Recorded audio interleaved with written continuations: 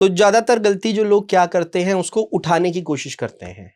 सबसे पहले उसको उठाने का प्रयास ना करें, उसके पैर को ऊपर किया जाए। और हमारा ब्रेन ऐसा ऑर्गन है जो 7-8 मिनट तक अगर उससे ब्लड सप्लाई नहीं मिली तो इरिवर्सिबल, मतलब एक बार जो डैमेज हो गया वो वापस उसको चाहे किसी भी बड़े से बड़े हॉस्पिटल में आप ले जाएंगे, वो रिवर्सिबल नहीं होगा। कि क्षमता धीरे धीरे कम हो रही है, आप हांफने लग रहे हैं, तो आपको पता लग रहा है कि मेरे शरीर की कैपेसिटी कम हो रही है, देन आपको एक डॉक्टर से मिलने की जरूरत है। हार्ट के डॉक्टर डराते नहीं, हमारा काम सिर्फ आपको एजुकेट करना है ताकि जो प्रिवेंटेबल डेथ है, स्पेशली यंग डेथ, वो बच सके। तनाव मुक्ति का डॉक्टर उप्पल क्या सुझाव देंगे? और जो आम आदमी वो कहता है कि घी नहीं खाएंगे तो सेहत कैसे बनेगी, वो घी दूध पर निर्भर है, डॉक्टर उप्पल अपनी राय से अवगत करवाएं। तो हृदय रोग विशेषज्ञों पर भी ये आरोप बिल्कुल आम है कि जो स्टंट जो है डालने में अननेसेसरी डाल देते हैं। एक तो हमारे पास बड़ी इंपॉर्टेंट चीज ये जानने वाली है कि हार्ट अटैक के 50% पेशेंट अस्पताल पहुंच ही नहीं पाते। ये बड़ा इंपॉर्टेंट है क्योंकि हिंदुस्तान पूरे वर्ल्ड का डायबिटीज कैपिटल बन के उभरा है। आज अगर पूरी दुनिया में 5 डायबिटीज के पेशेंट हैं तो उसमें से 3 भारतीय हैं। सर मैं सिंपल सी बात आपको ये कहूंगा, जो हिंदुस्तान के सबसे बड़े एंडोक्राइनोलॉजिस्ट हैं, जो डायबिटीज के सबसे बड़े डॉक्टर्स हैं, वो खुद शुगर की दवाई खा रहे हैं कि जो मेन कल्प्रिट है वो आपकी क्या है, केक है, पेस्ट्री है, मैदा है, बिस्किट है, ये मैगी है, ये पिज्जा, ये सब चीज आपकी सबसे बड़ी दुश्मन है। ये जो कार्बोनेटेड स्वीट ड्रिंक्स हैं, कोल्ड ड्रिंक्स हैं, कोला ड्रिंक्स हैं, ये शुगर है, ये सबसे ज्यादा आपको नुकसान पहुंचा रही है। कोई भी अगर आपको सिम्टम होता है, छाती में दर्द होता है, जलन होता है, गैस जैसा फील होता है, चलने में छाती में दर्द होता है, भारीपन होता है, बिल्कुल संकोच ना करें। कोई भी कार्डियोलॉजिस्ट जो आपके पास है, जो घर के आसपास है, उसे संपर्क करें, इसे इग्नोर ना करें।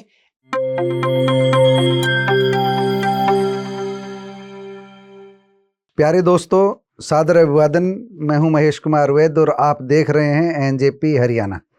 दोस्तों, आज हमारे साथ मौजूद हैं डॉक्टर शिवम उप्पल, जाने माने हृदय रोग विशेषज्ञ हैं। कार्डियोलॉजिस्ट को हमने आज एक विशेष पर्पज से यहाँ आमंत्रित किया है और पर्पज ये आप देख रहे हैं, वो क्रिकेट खेलते खेलते चल बसा, वो डांस करते करते चल बसा या चल बसी। यूथ में बहुत तेज़ी से हृदय रोग बढ़ रहे हैं, अचानक हार्ट अटैक की बहुत सारी समस्याएं आ रही है और भी विभिन्न अलग अलग विषयों पर हम बातचीत करेंगे। सबसे पहले तो डॉक्टर उप्पल, आपका हमारे स्टूडियो में, एनजेपी के स्टूडियो में आए, आपका धन्यवाद, स्वागत है। सर बहुत बहुत नमस्कार। मैं आपके माध्यम से सारे दर्शकों का बहुत बहुत नमस्कार करता हूं और इस चैनल के माध्यम से आम जनता को हृदय रोग के बारे में, मुझे जो आम जनता को एजुकेट करने का, उनको सचेत करने का मौका मिला, उसके लिए थैंक यू करता हूँ। जी जी, तो हम सीधे अब सवालों पर ही आते हैं। हाँ जी। हमारी पहली जिज्ञासा तो यही है, आगे बढ़ेंगे, बहुत सारे सवाल करेंगे। पहले तो यही, जो खबरें आती है, जो आप सुनते होंगे, अखबारों में भी पढ़ते होंगे, टीवी पर भी देखते होंगे, जो है कि एक यूथ है 20 साल का, डांस करते करते चल बसा या क्रिकेट खेलते खेलते जो वो अचानक गिर पड़ा और डेथ हो गई। यूथ में जो अटैक के जो मामले आ रहे हैं, उनके पीछे क्या कारण है, क्या वजह है? कुछ कोविड से जोड़ते हैं इसको, अब तो कोविड को बीते भी लंबा समय हो गया। आप स्थिति स्पष्ट करेंगे तो डॉक्टर उप्पल की बात पर ज़्यादा लोग भरोसा करेंगे। जो सर आजकल बड़े ही ये मामले सामने आ रहे हैं कि कोई जिम में था जी, कोई मॉल में था, कोई स्पोर्ट्स एक्टिविटी कर रहे थे, तो अचानक पेशेंट, जो भी व्यक्ति था, वो कोलैप्स हो गया, जैसे कि सेलिब्रिटी के बारे में हमें सुनने को आता है। तो अब इस चीज़ में होता क्या है, ये हम इसको समझने की कोशिश करेंगे। जो मैक्सिमम ये जो इस तरह की डेथ्स हो रही हैं, इनको सडन कार्डियक अरेस्ट या out of hospital cardiac arrest बोलते हैं, यानी अस्पताल के बाहर हृदय की गति रुक गई। अब जो कार्डियक अरेस्ट यानी दिल रुकने का मोस्ट इंपॉर्टेंट कारण होता है हार्ट अटैक। हार्ट अटैक का क्या मतलब है? हमारे दिल में एक मांसपेशी होती है, वो मांसपेशी काम करती है जैसे सारी मांसपेशी काम करती है, वो सारे, हमारा हार्ट एक इंजन की तरह है, वो सारे शरीर को खून सप्लाई करता है। अब उसको सप्लाई करने वाली 3 मेन धमनियां होती हैं। अब उसमें अचानक एक खून का थक्का जमा हो जाए तो उसमें क्या होता है, ब्लॉकेज आ जाता है। तो ब्लॉकेज के कारण एकदम से दिल की धड़कन बहुत तेज हो जाती है, जिसे बोलते हैं एक टेक्निकल भाषा में अरिदमिया। वो अरिदमिया आने से, जिसे वेंट्रिकुलर टैकीकार्डिया बोलते हैं या वेंट्रिकुलर फिब्रिलेशन बोलते हैं, उससे एकदम से पेशेंट कोलैप्स हो जाता है और हार्ट पंप करना बंद हो जाता है। तो इससे डेथ हो जाती है। इससे डेथ हो जाती है। अब इस चीज को बड़ा जानना बड़ा जरूरी है। ये क्यों जानना जरूरी है? It is the most preventable cause of death. मतलब इसे बड़ी आसानी से बचा जा सकता है। बचा कैसे जा सकता है कि ये तो बहुत जरूरी बात है, यही बताइए आप, बचा कैसे जा सकता क्योंकि है? जो चीज अगर होनी है जिसमें हम कुछ कर नहीं सकते उसका कुछ नहीं है, बट एक चीज जिसे बचा जा सकता है उसके लिए बड़ा इंपॉर्टेंट है कि हम सब अवेयर हों। बेसिक कार्डियक लाइफ सपोर्ट, एक होता है एडवांस कार्डियक लाइफ सपोर्ट, एक होता है बेसिक कार्डियक लाइफ सपोर्ट। तो आप दोनों के बारे में बता दें जिससे एक आम आदमी भी समझ सके। सरल भाषा में आप बताइए, मेडिकल भाषा जो है वो शायद कम समझेंगे।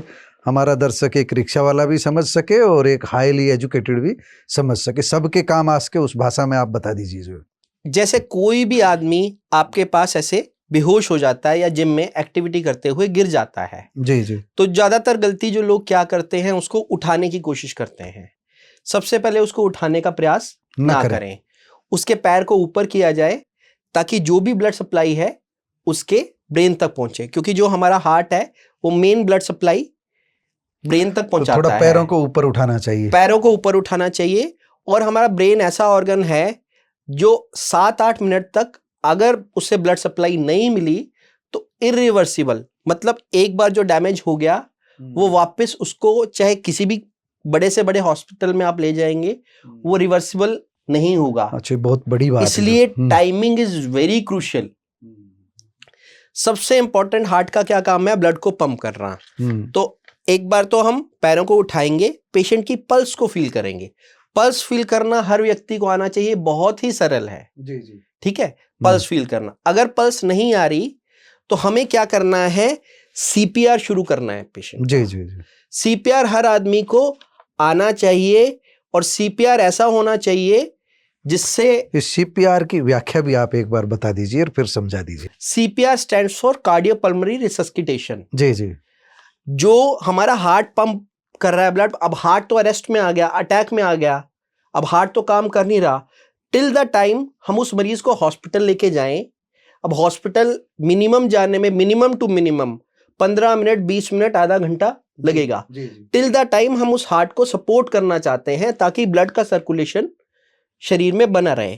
तो हम एक सीपीआर शुरू करेंगे पेशेंट का, उसकी चेस्ट को कंप्रेशन करेंगे। अब जो रेट ऑफ कंप्रेशन क्या होना चाहिए? वो ऐसा होना चाहिए कि एक बार आपने कंप्रेस किया तो एक चीज पीछे रिकॉयल भी हो सके, क्योंकि एक चीज को हम दबाते हैं तो पीछे रिकॉयल भी हो सके। ये जो रेट है ये हम जो आईसीयूज में फॉलो करते हैं ये तो 80 to 100 है, वैसे 60 to 100 आप कर सकते हैं। साथ में आजकल जैसे मैं जो वेस्टर्न कंट्रीज में शुरू हो गया है, जी जी, पश्चिमी देशों में ये बहुत एक डिफिब्रिलेटर मशीन होती है।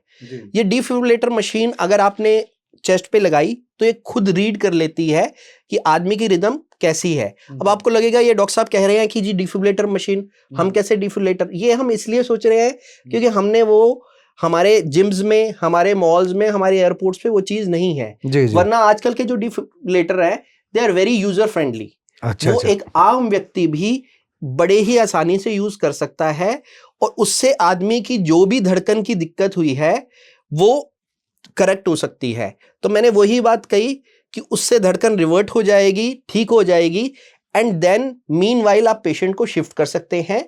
एंड जो बाकी का काम है, जो भी टीम है हॉस्पिटल में, दे विल टेक ओवर।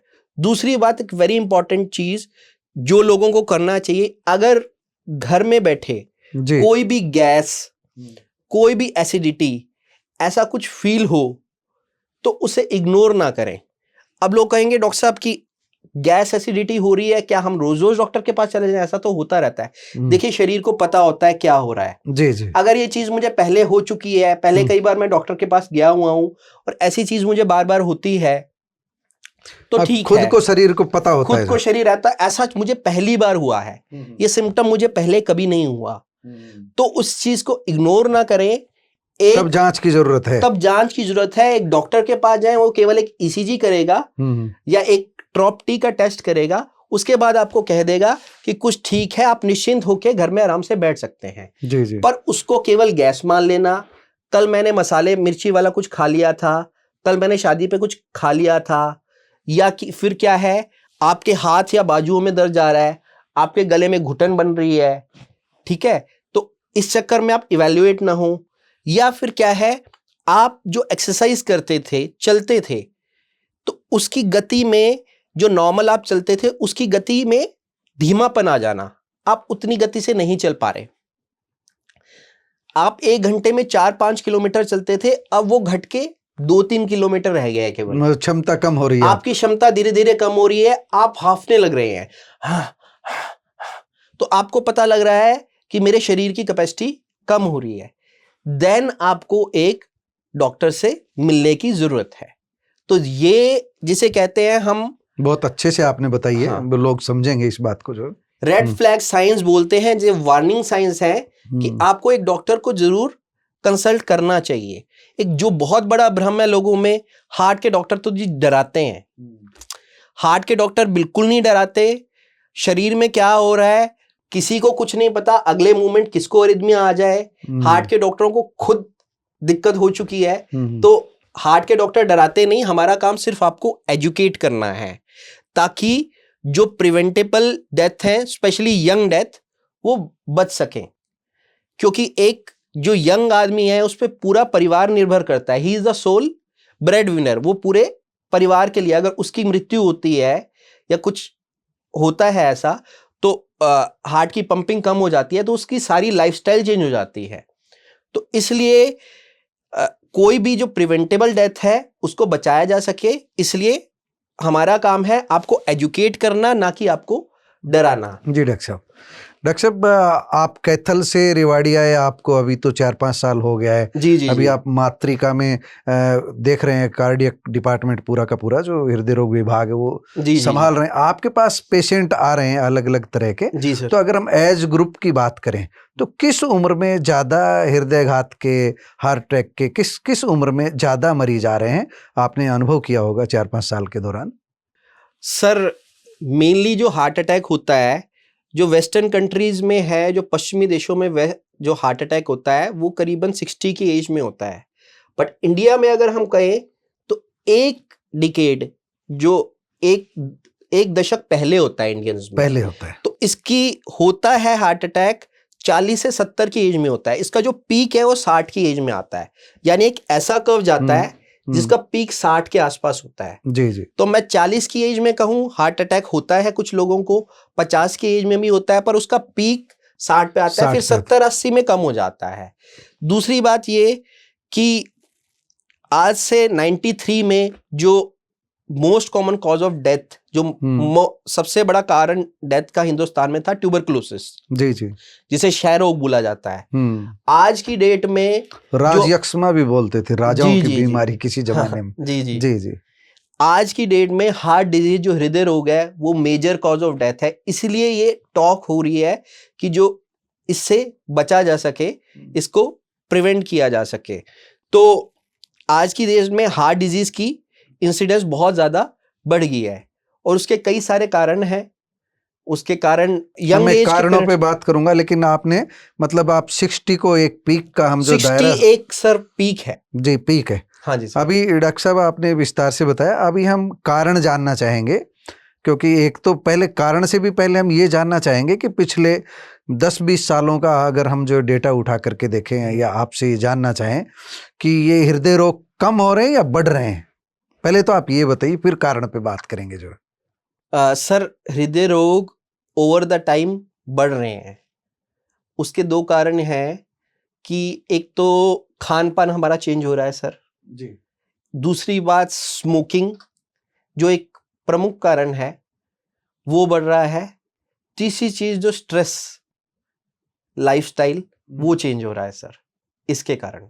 तो इन जनरल जो जो हृदय रोग है वो एक साउथ एशियन एंसेस्ट्री के लोगों में, जैसे हिंदुस्तान, पाकिस्तान, बांग्लादेश, इन सब मूल के लोगों में ये बढ़ रहा है।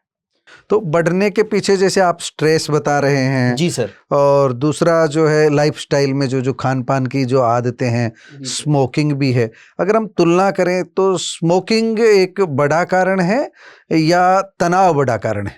सर बड़ा कारण स्मोकिंग है, बट जो स्ट्रेस है वो भी एक रूप में उभरता हुआ, it is I can say equivalent. लेकिन बचा कैसे जाए? स्ट्रेस जो है कोई झेल रहा है, स्ट्रेस जो है आ रहा है परिवार में, घर में है, तो जो तनाव की स्थिति है मेरे ख्याल से इससे उच्च रक्तचाप भी बढ़ता होगा। इससे रक्तचाप भी बढ़ता है सर, इससे शरीर में इन्फ्लामेशन भी पैदा होता है, इससे शुगर का भी डिरेंजमेंट होता है, हर शरीर में अलग अलग तरह के रोग पैदा करता है। तो इससे बचाव का क्या तरीका है? तनाव मुक्ति का डॉक्टर उप्पल क्या सुझाव देंगे? जो सर तनाव मुक्ति के लिए मेन है कि डेली आप व्यायाम करें, डेली आप कम से कम 15 मिनट एक्सरसाइज करें, ब्रिस्क वॉकिंग करें।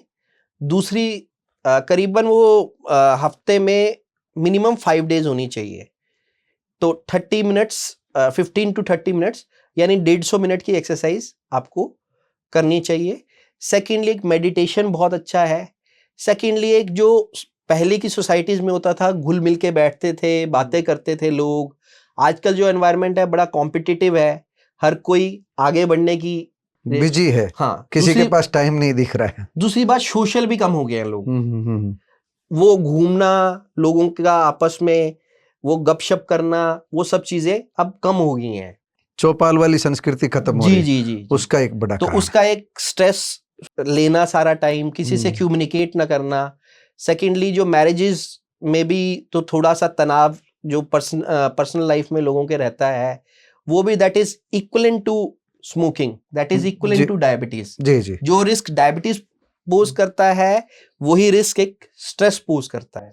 जी डॉक्टर साहब, अभी डॉक्टर साहब जैसे किसी को हार्ट की कोई प्रॉब्लम हुई, वो डॉक्टर के पास पहुंचता है, अक्सर डॉक्टर बोलते हैं कि कोई बाईपास की बोलते हैं, कोई स्टंट डालने की बात करते हैं, आमतौर पर छल्ला बोलते हैं आम भाषा में। तो इस तरह का जो क्या अंतर है बाईपास और स्टंट डालना या जो छल्ला डालना है, दोनों के बारे में आप थोड़ा समझाएंगे? क्योंकि जो हमारे जो दर्शक हैं उनकी ज़रूर जिज्ञासा इस बारे में रही होगी, क्योंकि लोग हमारे पास आते हैं, वो पूछते भी हैं कई बार तो कि ये छल्ला डालना या बाईपास या दूसरी कोई भी तकनीक, बैलून वगैरह, जो भी आप ठीक से जो है हमारे दर्शकों को बताइए क्या सही है। जी। जैसा कि मैंने आपको इंट्रोडक्शन में बताया, मैं एक इंटरवेंशनल कार्डियोलॉजिस्ट हूँ। तो इंटरवेंशनल कार्डियोलॉजिस्ट का क्या मतलब है कि मैं इंटरवेंशन के माध्यम से, ऑपरेशन के माध्यम से पेशेंट की नस को खोलता हूँ। अब वो ऑपरेशन काट पीट वाला ऑपरेशन नहीं होता। वो क्या होता है, या अपनी हाथ की नस से या पैर की नस से, जिसे रेडियल आर्टरी बोलते हैं या फीमोरल आर्टरी, जी, हम एक ट्यूब जिसे कैथेटर बोलते हैं जी, उसके माध्यम से हार्ट तक जाते हैं। फिर रंगीन डाई के माध्यम से हम ब्लॉकेज का पता लगाते हैं। अब एक लोग स्टेंट्स को बहुत क्रिटिसाइज करते हैं, रोज अवहेलना करते हैं कि हार्ट के डॉक्टर स्टेंट डालने में बहुत उनका वो रहता है, रुझान रहता है ज्यादा। तो मैं सिजेरियन की तरह बात आ जाती है कि भाई ज्यादा डाल देते हैं। जी, ये तो इस पे तो मुझे आपसे पूछना ही है जो है। जी, तो सर मैं एक बात बताऊंगा कि पूरे वर्ल्ड में जितनी लाइफ सेविंग चीजें हुई हैं, बनी है, उनमें से stent I think one of the top most चीजों में आएगा। एक स्टडी हुई थी यूरोप की 33 कंट्रीज में जी। तो उस स्टडी का नाम था स्टेंट फॉर लाइफ। तो उस स्टडी में ये बताया था कि अगर आप हार्ट अटैक की स्थिति में हो तो जितना आपकी लाइफ को एक प्राइमरी एंजियोप्लास्टी या स्टेंट बचाता है, उतना कोई नहीं बचाता। तो ये तो होगी हमारी स्टेंट कि हमने ट्यूब यानी कैथेटर के माध्यम से उसको देखा, वेन के नस क्या बोलेंगे, आर्टरी के थ्रू गए, उसके बाद हार्ट की आर्टरी को एक बार पिक्चर लिया, उसका शॉट लिया, उसके बाद कहाँ ब्लॉकेज है उसको देखा, उसके बाद एक पतली तार उसमें डाली, उसके बाद बैलून ले जाके उस ब्लॉकेज को पहले ठीक किया। अब वो जो ब्लॉकेज है अगर हम उसको ऐसे ही छोड़ देंगे तो वो एक दोबारा इलास्टिक रिकॉयल हो जाएगा। अच्छा अच्छा। इसलिए वहां एक स्प्रिंग की तरह एक चीज होती है, जैसे एक नस है उसमें खून के थक्के जमा हो गए, तो उसमें खून का प्रवाह बंद हो गया, वो ब्लॉक हो गई। जी जी। तो उसमें एक स्प्रिंग की तरह, जैसे एक पेन है उसमें स्प्रिंग होता है, वैसा लगा दिया तो क्या करेगा, प्लाक को आपस में, जो खून के थक्के जमे हुए हैं उसको आपस दीवार में को खोल देगा, जिससे खून का प्रवाह चालू हो जाएगा।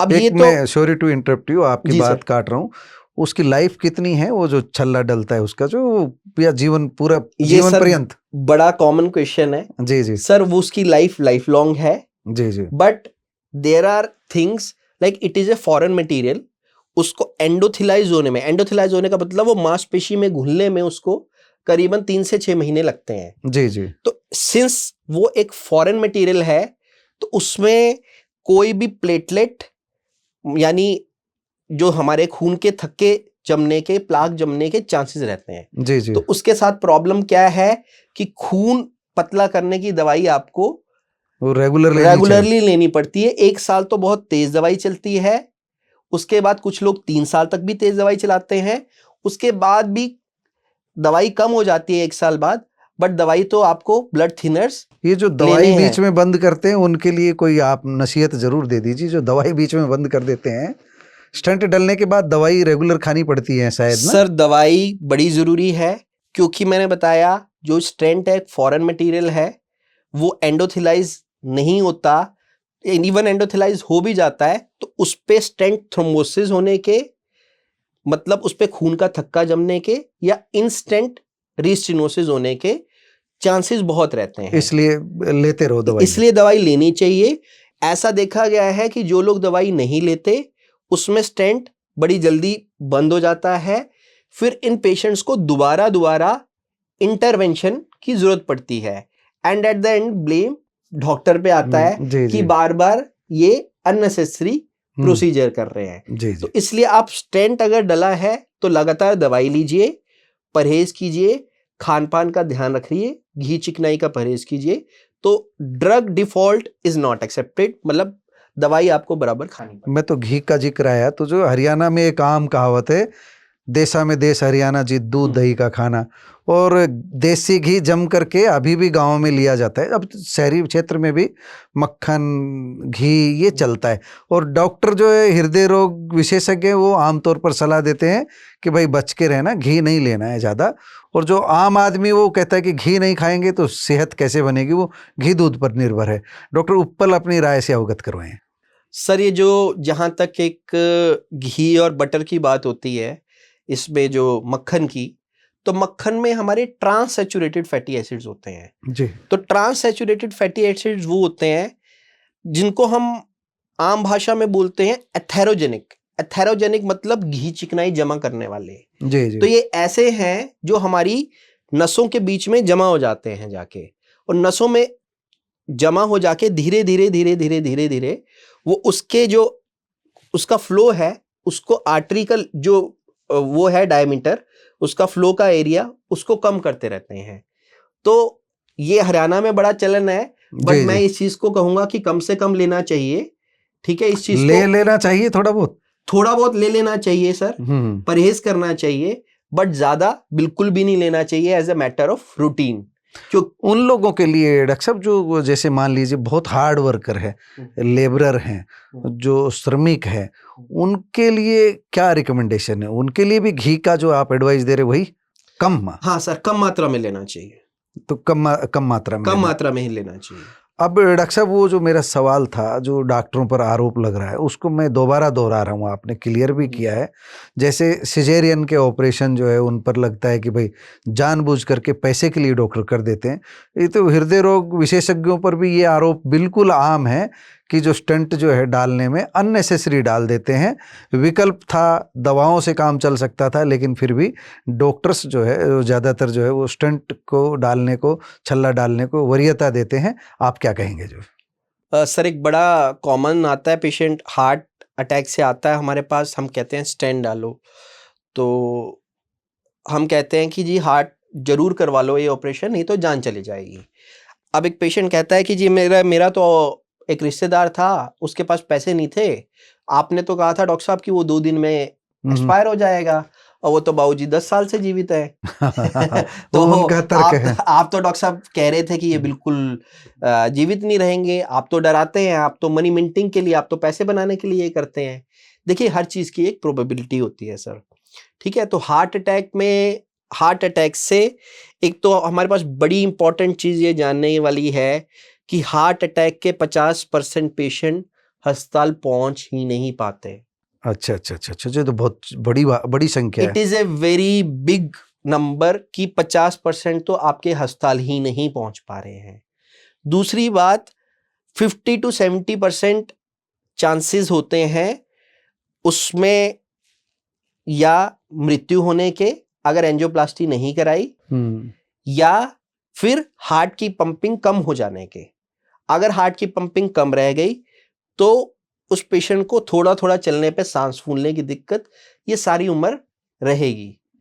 तो अब कोई 30% की कैटेगरी में आ जाए मान लो, और कहे कि जी डॉक्टर साहब हमें मिसलीड कर रहे थे, हमें तो कुछ हुआ और नहीं, वो 10 साल निकाल दे, 10 साल 30% निकाल दे, तो जो डॉक्टर जो भी कर रहा है वो आपको एजुकेट करने के लिए कर रहा है।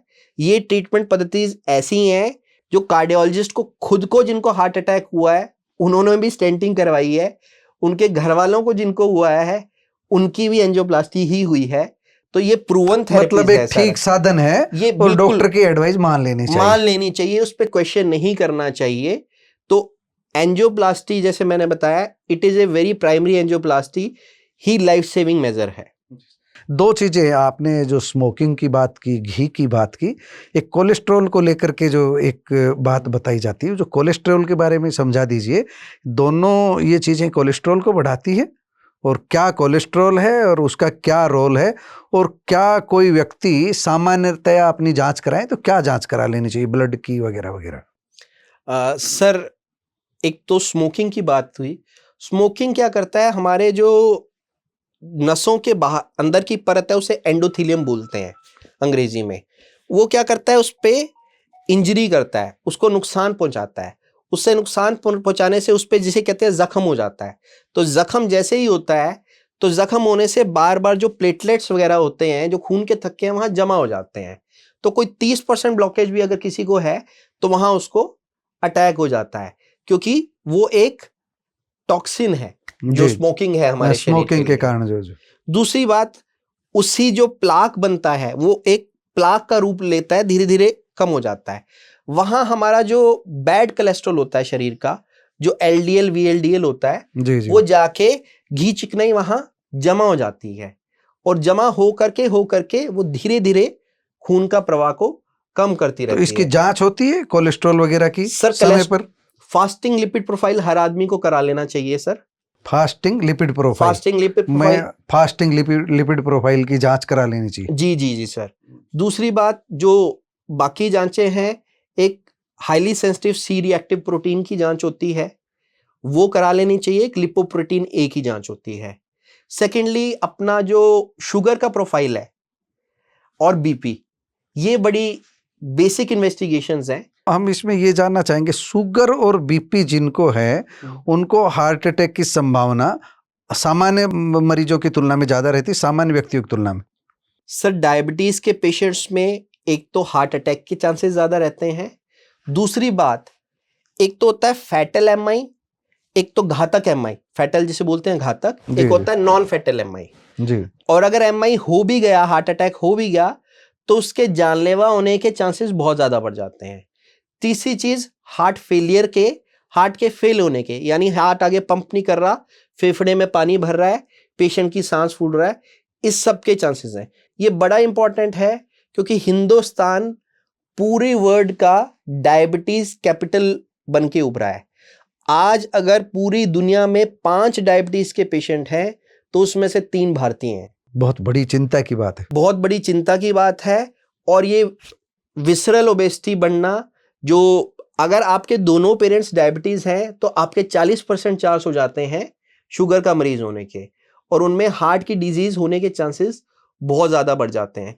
तो समय पे एक डायबिटीज का कंट्रोल करना, उसका उचित तौर पे इलाज लेना। सेकेंडली, किसी भी मायरेकल ट्रीटमेंट्स के चक्कर में ना पड़ना कि मेरी शुगर कोई रिवर्स कर देगा, मेरी शुगर कोई ऐसा कर देगा कि मुझे दवाई खाने की जरूरत ही नहीं पड़ेगी।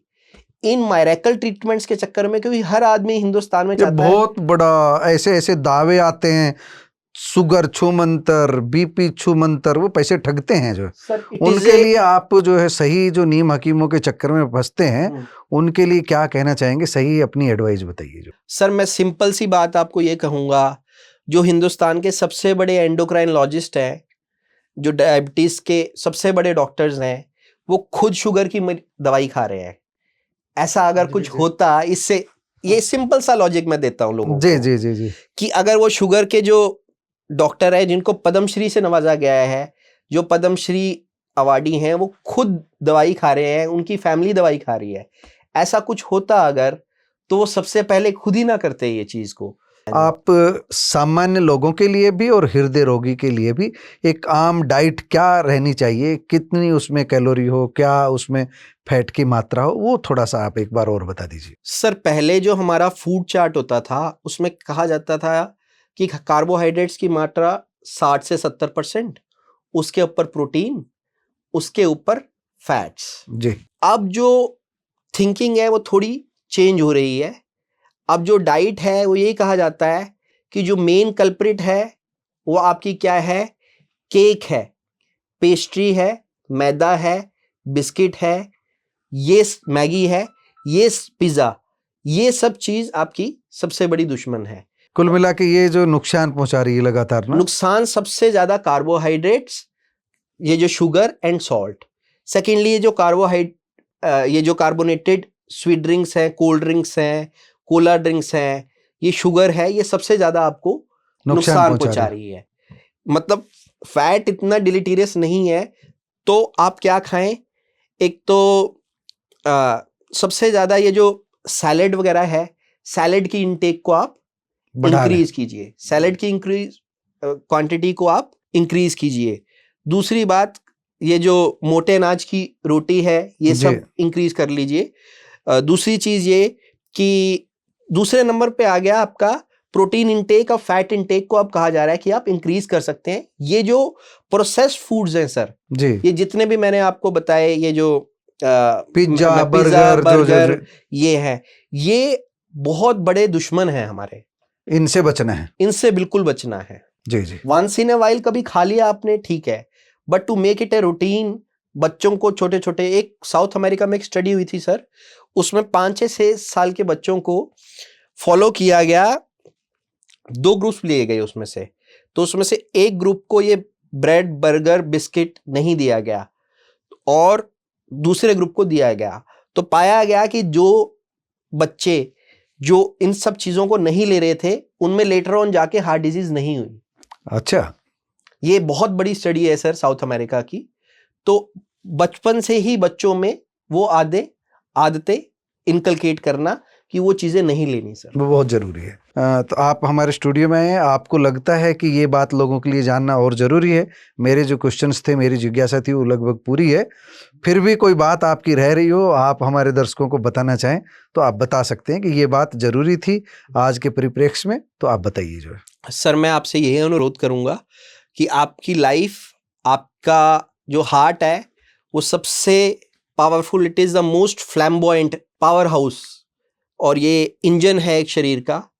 तो हार्ट की जो हेल्थ है वो बहुत जरूरी है आपके लिए, आपकी लाइफ के लिए। आपकी लाइफ के लिए नहीं, आपके नियर एंड डियर वंस के लिए भी आप कितने जरूरी हैं। जन्म से पहले से मृत्यु तक धड़कता है, अनथक योद्धा है। हाँ, अनथक योद्धा है, काम करता ही रहता है और कभी रुकता नहीं है। तो it is a very powerful organ.